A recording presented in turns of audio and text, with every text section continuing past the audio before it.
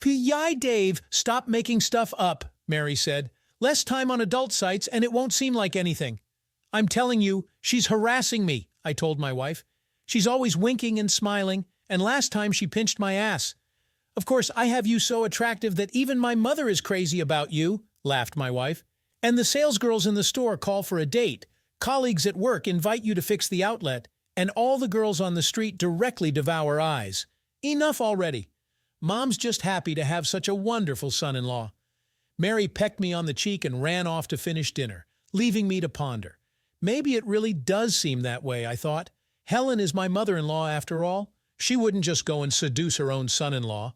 On the other hand, she'd been divorced for a long time, and I hadn't noticed any men around her. A woman, she is prominent, beautiful, at her age does not look, and the body is its own as always requires. My wife's shout from the kitchen brought me out of my reverie. Honey, dinner's ready. Stop lying on the couch. The next few days we did not bring up this topic in conversation.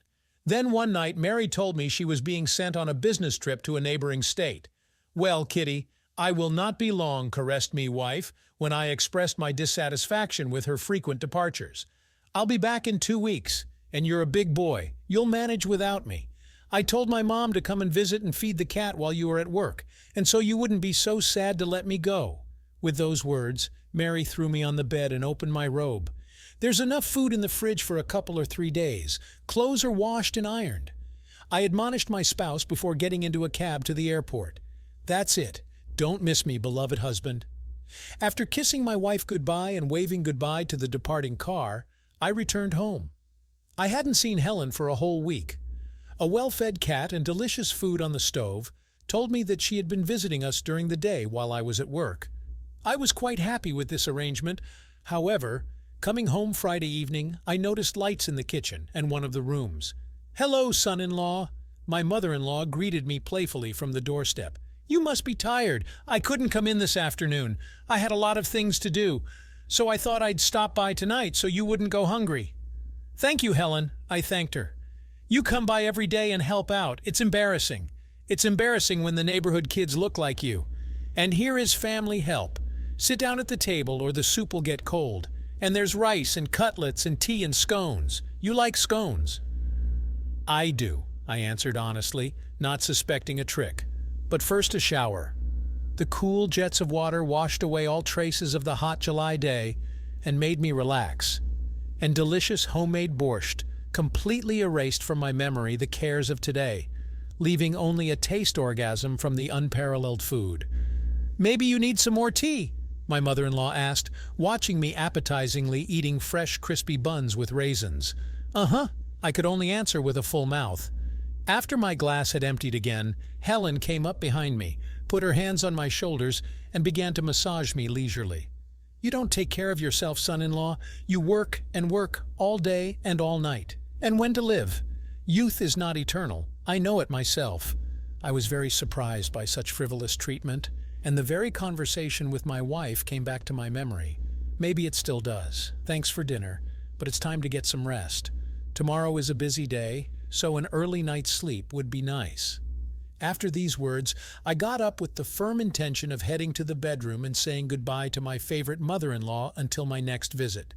But she obviously had other plans. When she came right up to me at the kitchen door, she confidently yet gently grabbed me through my shorts and grabbed my bottom. "Helen, what are you doing?" "Why?"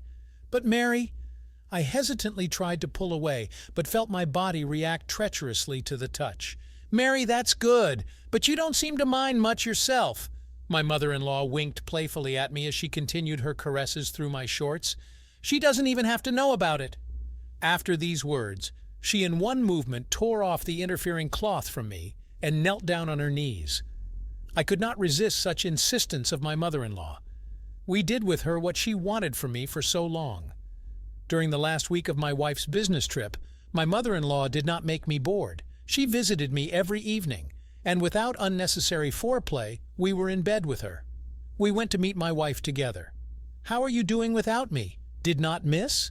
cheerfully asked my wife after the fact. "Here without me? Didn't you miss me?" the wife asked cheerfully after we picked her up at the airport. "No, mistresses. No, my daughter, there were no strange women in the house. My mother-in-law hastened to answer for me. I made sure of that.